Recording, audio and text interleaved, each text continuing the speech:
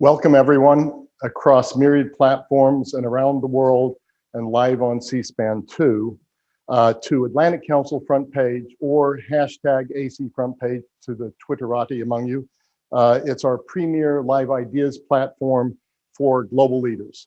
It's our honor today to host the 70th Secretary of State, Mike Pompeo, former director of the Central Intelligence Agency, former member of Congress, former US Army officer, finished first in his class at West Point, Harvard Law School graduate, and of course, much more.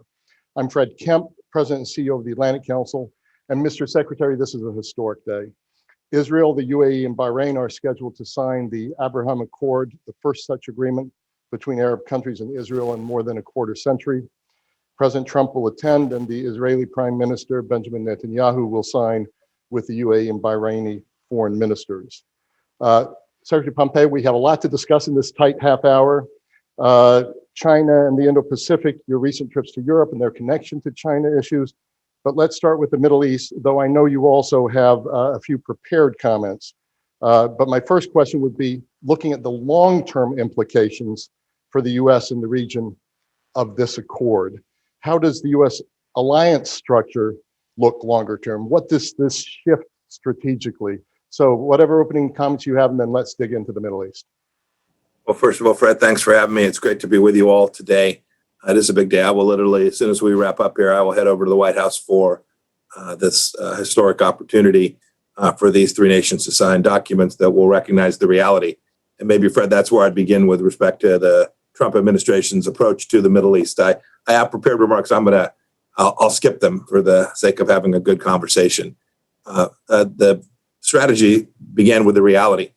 For decades, this town's foreign policy with respect to the Middle East gave the Palestinians a veto right, said that they could act in a way that prevented any Arab nation from engaging with the most important democracy in the Middle East, whether that's commercial, security, relationships, all the ways that nations interact.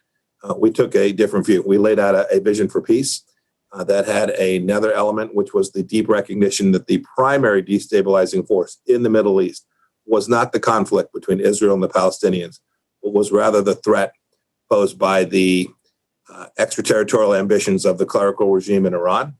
So we flipped what the previous administration was doing on its head.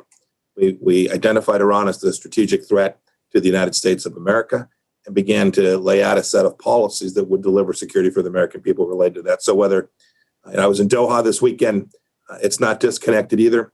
For the first time now in 20 years, Afghans sat down together to begin to pound out what a reconciled, peaceful Afghanistan might look like. Under no illusions about who we're negotiating with, who these parties are, how difficult that process will be.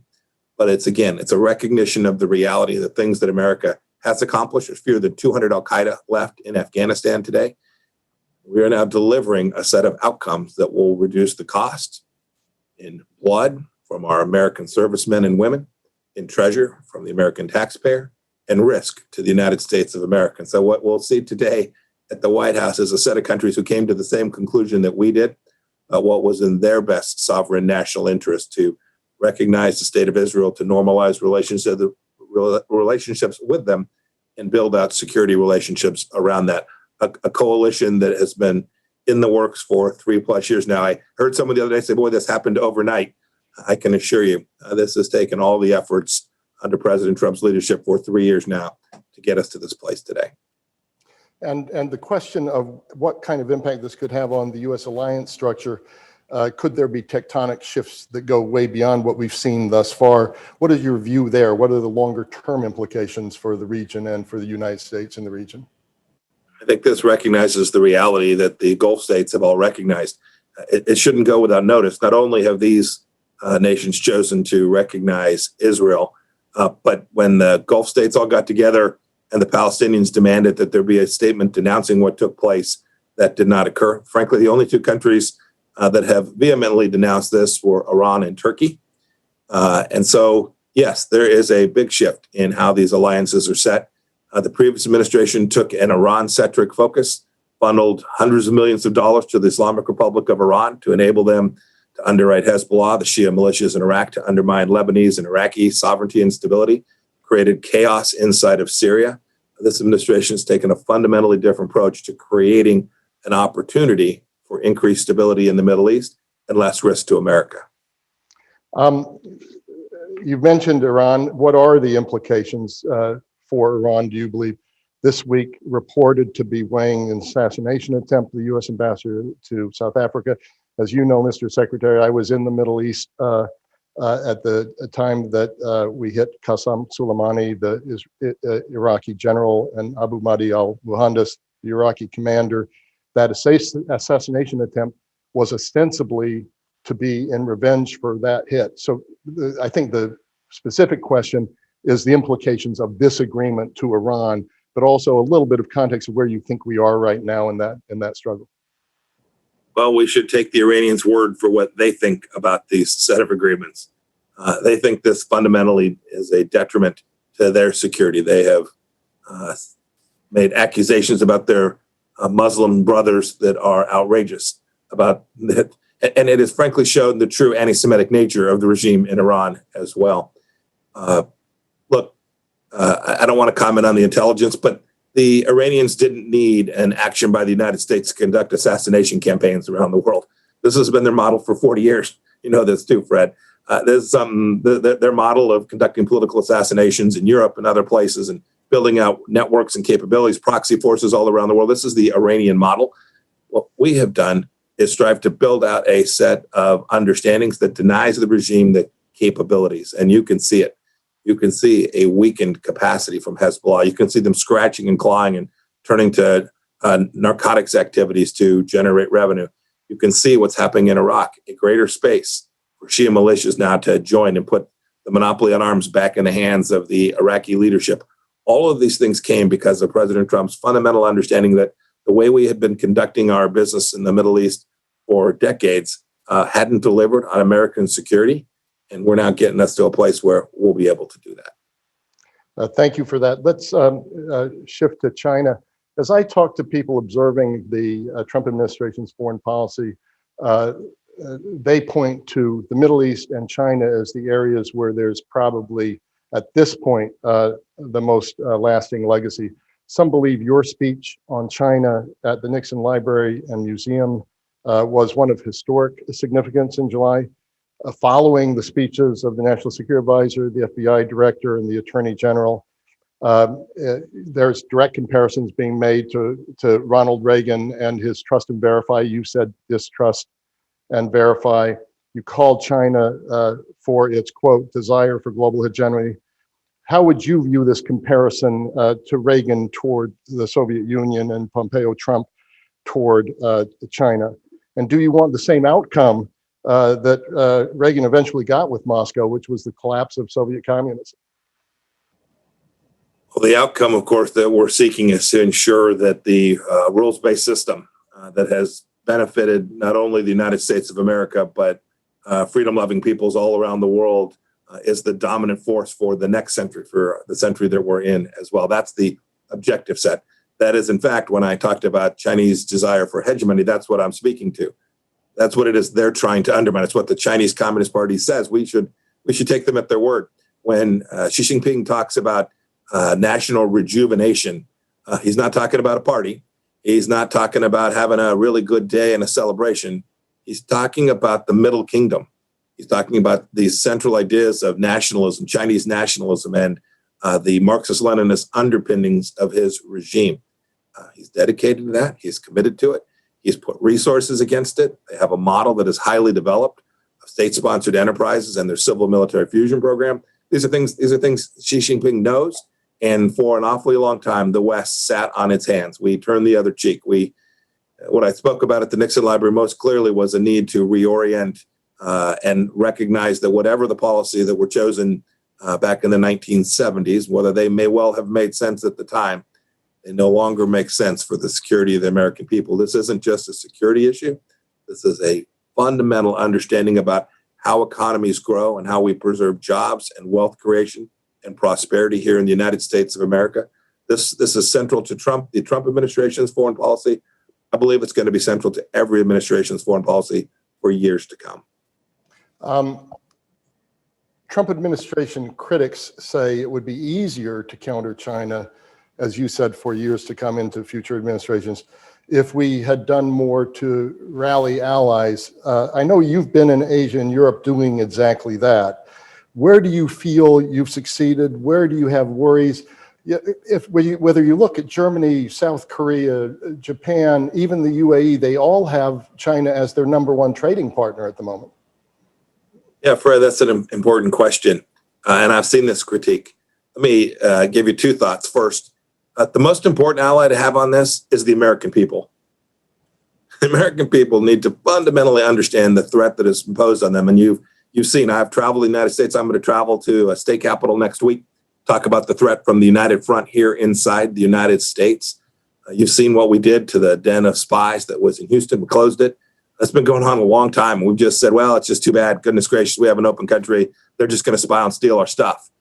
President Trump has said enough. We're not going to do that. And so the most important group that we need to make the case for is to convince the American people of this threat and this challenge. And I think we've gone a long ways into communicating transparently about why it is the case that allowing tens of millions of jobs to have been stolen through the Chinese Communist predatory economic activity here in the United States cannot continue. That connects deeply to the second piece of this, which is, to your point, international allies.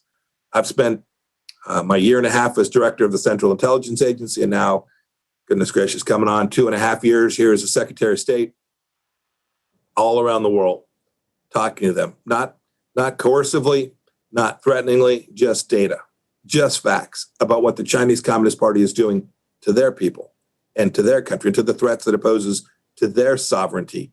And I must say, it's been rewarding over the last 6 or 8 months to watch the shift. The world has awakened. My view is that the tide has turned.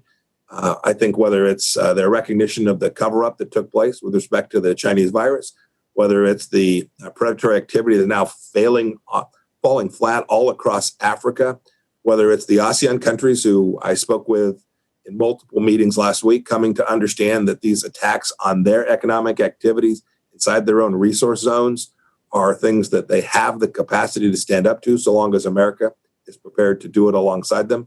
I think these are powerful shifts in the world's view of the threat from the Chinese Communist Party. And I think commercial activity, that engagement with China, will reflect those risks. I've seen it. I've seen it from American business leaders.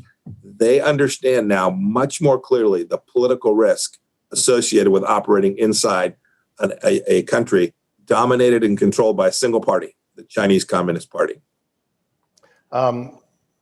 General Jim Jones, Executive Chairman Emeritus of the Atlantic Council, former National Security Advisor, Supreme Allied Commander Europe, sends in a question along those lines, or digging a little bit deeper. It seems to many of us that China has made Europe an epicenter, almost a target of its global efforts. You've been to Europe recently, you've talked to people. Specifically, you've signed secure 5G MOUs, Slovenia, elsewhere. His question is, how will you effectuate those MOUs, and do we have an alternative to Huawei to offer our friends and allies? So Jim asks, as he always does, a good question. What we can do at the United States is we have the capacity to control information that, for example, comes into our embassies. I'll give this as a micro example. We've now told the world that information coming to our embassies must only come from trusted vendors. It means it can't come across a system that has the capacity to flow information back to the Chinese Communist Party or the MSS or their national security apparatus. So there's a micro example, but we're building these systems out with our allies and friends, with the Australians, with the Japanese, with the South Koreans, with the Indians, each of whom has come to have a shared understanding of the threat. As for alternatives, I was very distressed to find the gap between Huawei and American technology with respect to 5G, or for that matter, Western technology. But over what's really now the last 2 years, I've watched Ericsson and Nokia take up the mantle. I've watched American companies too begin to build out their systems and processes. I am confident that there will be cost-effective deliverables from Western trusted vendors that can deliver the same services or better services at comparative costs. They'll never match them.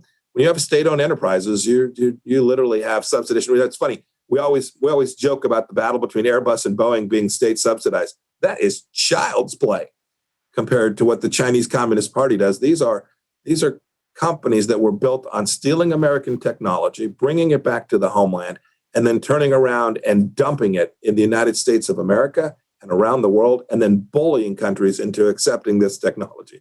I think nations come to understand that when the Chinese show up and say that it's free, nothing could be further from the truth. They've now come to recognize the real costs connected with putting untrusted vendors in their systems. And over time, I think the world will come to recognize that's not the right path. And you will see Western technologies that are verifiable, trustworthy, and transparent come to dominate the telecommunications markets. And then what's your vision then for an end state? Decoupling seems unlikely with a peer competitor as integrated in the world economy as China is. So where do we land? Where's a safe and good place to land with this strategy? Yeah, it's a good question. I've gone back and read the histories about where we thought we'd land when we began to challenge the Soviet Union. No one really had a sense of how that would unfold. I would tell you that there's still much to unfold here as well. But we know what it would ultimately look like. And we know that the Chinese Communist Party will get to make decisions along the way, too, that we'll have to respond to. But what it looks like a world that is controlled and operated in the way that freedom-loving nations, that rules-loving nations, that law-abiding nations can live, and not by authoritarian regimes, not by those who want to have vassal states under their economic thumb. This is what the end state will look like. What it will look like inside of China, I think the Chinese people will get a heavy say in, and the Chinese Communist Party will ultimately have to make some very difficult decisions for themselves. They are not 10 feet tall. There are many challenges. We could talk about this for hours. Challenges that are faced inside of China as they attempt this play for global hegemony. What I hope everyone on this call will take away is the theory that so many have been talking about for the past 10 years, that is predicated on conflict between the United States and the Chinese Communist Party, because the United States is a declining nation. That's fundamentally false. It misunderstands the American tradition. It misunderstands who we are as Americans. We are not a declining nation. And the Chinese Communist Party is now seeing for the first time that America is going to stand up for itself. It's going to respond in ways that are fair and reciprocal. And we're going to defend American interests wherever we find them. Thank you, Mr. Secretary. Most Americans, most people in the world have not heard of something called the 3Cs initiative. You've been advancing this in your trips to Europe, and your most recent trip to Europe. We have a soft spot for this because the concept was originally born at the Atlantic Council.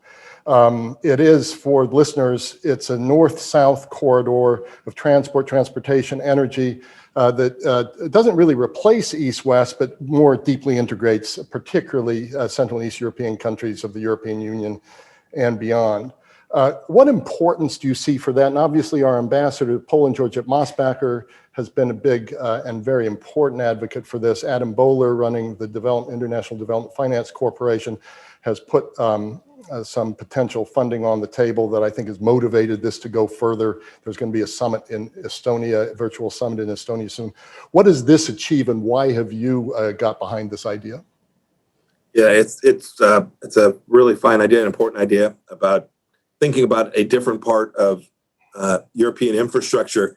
You'd asked a question a little bit earlier about Europe. I always try not to respond to questions generically with respect to Europe, because you're talking about dozens of nations with deeply different views. This is another example where you have Baltic states that have come to recognize that their security situation is separate and different from what you might find in other places in Europe, and so have taken on the mantle of their own security. So we've offered up to $1 billion for support for the 3Cs initiative.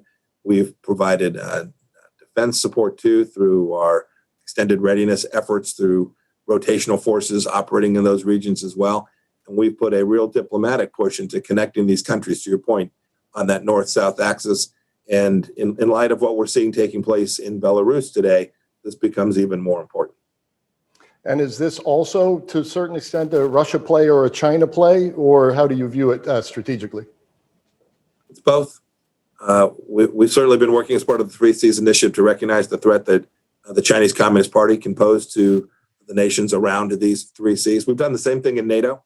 We've asked NATO to relook their strategy to make sure they incorporate the threats that the Chinese Communist Party imposes to NATO nations as well, whether those are cyber threats or threats from space or communications threats to telecommunications infrastructure that could deny NATO the operational capabilities that it will need in time of conflict.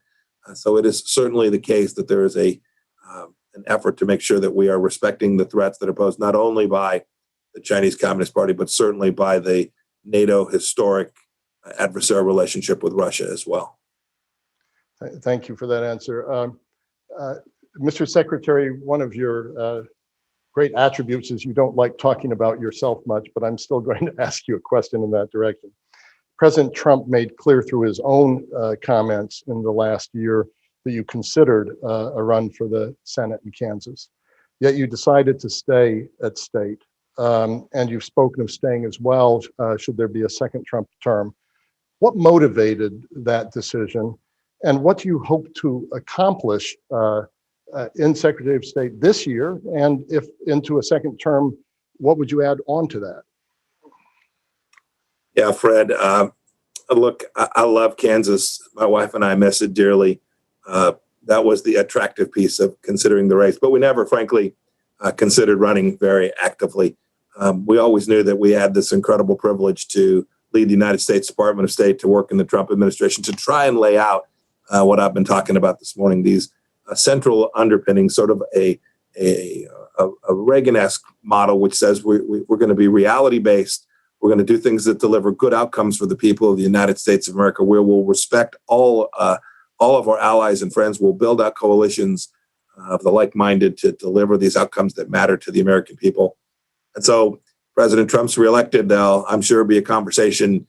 We'll see what comes after that. There's still a lot of work to do. There's the challenge that's presented by the Chinese Communist Party remains. We're partway into achieving the objectives that we have laid out. So there's still a lot of work to do, and I'd love to find a way to be a part of that. And if you're reflecting as your time so far in Secretary of State, what do you see as disappointments? Would Venezuela be on that? Would North Korea be on that? I know nothing is done until it's done, but where do you wish we might have been able to do better? Fred, it's a little early to start the reflection process. Yeah. So focused every day. But to your point, we still have Americans held hostage in too many places around the world. We've had a good number of successes. We brought a lot of people home. We're proud of all that work. But anytime there's one American held unlawfully somewhere, it's something I think about and work on every day. As for North Korea, which you mentioned, we did have hopes that we could make further progress. That Chairman Kim would go in a different direction. But I'm still optimistic that it's gone quiet publicly, but there's still lots of work going on between ourselves, our allies in the region, the Japanese, the South Koreans, and even efforts with the North Koreans to come to understand where there may be opportunity as time goes on. The other thing that you don't get asked about much, but I think is quite interesting, is this commission on unalienable rights, and also your whole mantra on the founding principles of the United States. One quote from something you recently said: "We can't confront Beijing or other gross HR violators in the world without understanding the roots of our foreign policy through the lens of our founders' intent." How important is that to you and your core, and what do you mean by that? Fred, I've had this as something I've cared about my entire adult life since I was a young soldier. The idea that America is a deeply moral nation and it has a set of founding principles upon which that morality is based. And so I've had this opportunity to watch, both as a member of Congress and now in the executive branch, what I consider to be an enormous crisis in human rights in the 21st century. Watch nations like Iran and China use human rights language to cover up for the most unbelievable human rights violations. What's taking place in Western China is unrivaled in this century. I've called it the stain of the century. And so I undertook a project. I commissioned a former professor of mine, Marianne Glenda, to lead a commission of people from every Abrahamic religion, a broad political swath, to talk about how America's foreign policy ought to be based on its traditions, and how our human rights policy around the world ought to be grounded in the American founding. And so they went to work. They wrapped up their report. I hope everyone here will go online and go grab it. It's in 7 languages. Pick which one you want to read it in. But it comes back to this fundamental understanding between our Declaration of Independence, our Constitution, the UN Declaration of Human Rights from 1948, and sets a moral foundation for how the principles on which American foreign policy ought to base its human rights activity. And so I hope this sets a foundation for my organization, the United States Department of State, for years to come, how we think about human rights in the world and the central foundations upon which it ought to be based if we're going to do it well and preserve the human dignity that each of us deserve, because we are simply made in the image of God. And then a final question, again, going back to the Nixon Library, Nixon Museum. Clearly in those days, the Nixon-Kissinger relationship was at the core of these efforts to lead China in the right direction. And you quote some interesting comments from that period of time that recognize that things may have to be altered if they didn't go in the right direction. How would you characterize, if it was Nixon, Kissinger then, Trump, Pompeo now? What are the dynamics of that relationship, particularly toward mapping out the relationship to China, where an earlier Trump was very focused on getting a trade deal? And this is a very different place we're in right now. And I'm just wondering if you could talk a little bit about the dynamics of that relationship. Yeah, Fred, I appreciate that. When I was the CI director nominated to come to state, I called Secretary of State Jim Baker, and he came to visit me at Langley. And the very first thing he said, and it may be the only thing that he said for the 3 hours we were together, he said, a Secretary of State who doesn't have the capacity to speak on behalf of the president is just some guy out on a trip. So I have made every effort to make sure that President Trump and I were speaking the same language, his language. He was elected. He got the electoral votes. I didn't get any. That we were talking about these things in ways that when I represented something that the United States was doing, wherever I was traveling, I was speaking on behalf of the President of the United States of America. And so I've worked hard in making sure that relationship was good and sound, and that we had a set of common understandings. We don't always agree. I make recommendations to him. He takes some of them he has a different view. I then go execute them as vigorously as I can, and I drive my team to go do that. You know, you mentioned something, Fred, and I know this is the last question. I really appreciate this opportunity today. You mentioned the president began talking about economics issues, trade issues with China, and we've now moved past that. I don't see these as disconnected. The central threat that the Chinese Communist Party, the central tool that the Chinese Communist Party has used to build out its hegemonic capacity is its economic might, its power, the power of a market of 1.4 billion people, where it can suck in American businesses to do the most outrageous things and just tell the Chinese, that's okay, you can get away with human rights violations in your country. We're going to take a pass. That is, we may oppose things here. We may support groups here in the United States, but we're not going to do a thing to protect human rights inside of China, even though we take lots of money from them. These economic tools that the Chinese Communist Party uses are the central pillar of its power, and the United States needs to respond in a way that reflects that. And so I see all of the activity we're taking is driven by a comprehensive response to the challenges presented by Xi Jinping's CCP. Mr. Secretary, thank you so much for this rich conversation. We understand what a busy day this is.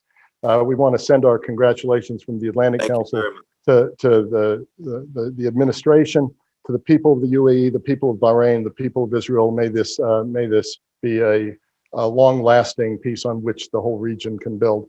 Thank you for taking the time, sir. Amen. Thank you, Fred. Have a good day. Thank you.